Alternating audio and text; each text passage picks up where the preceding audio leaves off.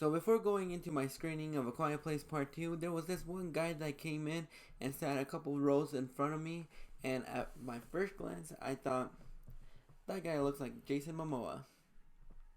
Has nothing to do with the movie, just thought it would be fun to share. Quiet Place Part 2 picks up exactly where the last one left off. Now we follow the remaining Abbott family members in their new adventure in survival. John Krasinski comes back to direct and appears as shown in the trailers. But when the Abbott family members leave to find survival, they come across Chillian Murphy, who has been surviving alone underground. Now to find hope of survival, we find Millicent, Simmonds, Regan, and Killian's Emmett for a slight road trip. So John Krasinski comes back to direct A Quiet Place Part 2, but this time he has sole writing credit, whereas the first one he had to share writing credits, and now we follow the Abbott family in a new adventure in A Quiet Place Part 2, and this was a weird yet cathartic experience for me. It's weird in the way that we saw the trailer we saw the first trailer about a year ago on New Year's Eve when the film was supposed to come out. I remember the day that it was pushed because of the pandemic and everything, and and at first I thought it was a joke because the way that John Krasinski initialed it at the end, JK, it sounded like he was kidding.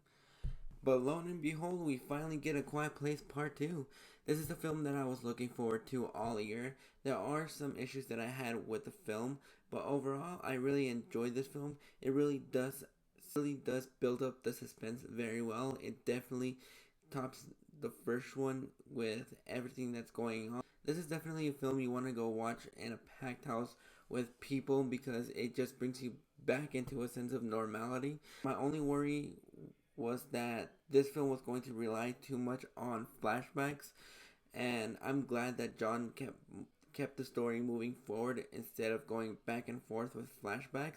But we kept moving forward with the family. We see how we're trying to cheer for them, trying to find a way to get out of this mess, but thankfully, we only get flashbacks in the beginning. Again, coming off of A Quiet Place, Emily Blunt nails it again. Noah Jupe nails it again, and Millicent Simmonds nails it again. She needed to up her game a little bit in this one because we basically follow her throughout the whole film, and she's basically just traveling around with Chillian Murphy, trying to find hope, trying to find survival, trying to find more people. Chillian Murphy warns them that the people that they're trying to find aren't really the people that are worth saving, which my theory on that was spot on, even though it was left for interpretation from what I saw. But I was right about the ending of Spiral, right about the ending of this one, so you know what that means. Tobey Maguire and Andrew Garfield in Spider-Man No Way Home. But aside from that, a lot of things to enjoy about this film. The fact that if you go see it in a packed auditorium with a lot of people, you're definitely going to have so much fun with this film because it really does up the ante in suspense and thriller and horror. There are definitely some well done jump scares, and John Krasinski definitely nailed it. Sad that he's not coming for the third one, but we got two great films with him behind the cameras. I hope he comes back to write or produce in some way. Produce in a way that he has more of a hand kind of shepherding the way of the direction that this film should go. Even if John Krasinski doesn't come back to direct the third one, I'm really looking forward to see what they do with the next film because the way that this film ends definitely pissed me off more than the ending of the first one, but still a satisfying ending from what I saw, and I really enjoyed the ending. I really enjoyed all the characters in this film. I love that John didn't make this more than it should have been. He didn't go huge. He didn't go extremely big. He just kept it contained in this one story, and that's something that I really appreciated about this film. This is a wonderful experience to watch in the theater with a packed audience, and the only gripes that I have with the film is that sometimes the characters don't make the brightest of decisions, kind of like the beginning of the first one. But everybody brought their A game. There are really some great suspenseful moments. This film was definitely worth the wait, and I can't wait to see what they do with the third one because there is so much more to explore in this world. I really enjoyed all the chemistry that everybody had. The other gripe that I had with this film is Jaimon Hansun's character felt like he was just shoehorned in.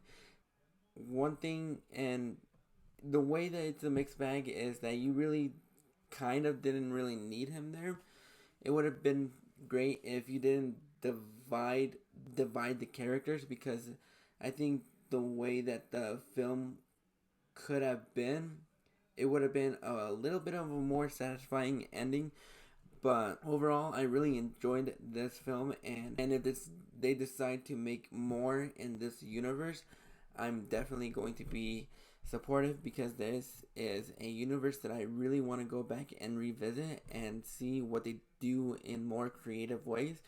Aside from those little gripes, this is really a wonderful follow-up. It's well directed, it's well shot, well acted. There is more dialogue in this film than there was in the first one.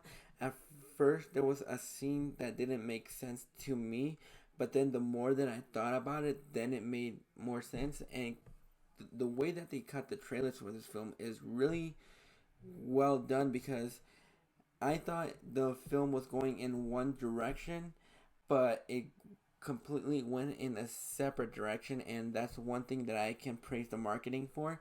It didn't spoil anything from the film, and it really does keep you on the low. It keeps you on the ground, and yeah, I really want to see more films in this universe, in this world, because the way that the first one was conceived, you could tell that it was just a one and done. But then when it became a box office hit, then and they went back to with John, then it was obvious there was going to be another one. But I'm glad that he came on. I'm glad everybody came back. I'm glad that they continued the story, and I can't wait to see what else John Krasinski directs next. I know he's got that Imaginary Friends movie, and I'm still waiting on his Life on Mars film. It's been 3 years, going on 4. By the time Imaginary Friends is coming out, it's going to be about 5 years, so I'll be waiting a long time for that film. But take your time. I'm glad that he's doing small things instead of going huge at the moment. So yeah, those are my thoughts on A Quiet Place Part 2, and hopefully you guys had a chance to go ahead and check this film out. I'm going to go ahead and give A Quiet Place Part 2 a 9 out of 10. Have you guys seen A Quiet Place Part 2? Did you guys enjoy it? Did you like it more than the first one? Did you not really like it that much? Go ahead and let me know down in the comments what you really think about the film. Again, aside from those little nitpicks that I had with the film, it was a really fun, intense film. If you get a chance to go see this film in a packed auditorium, go ahead and do that, because it makes the experience a lot more fun, and you just kind of miss going back to the movies with a packed auditorium with a lot of people just getting scared at the same time. And I can't wait to go back next week to go watch The Conjuring 3, The Devil Made Me Do It. I can't wait. Let's get back into the movies. Let's go. And until next time, this is Josie Reviews.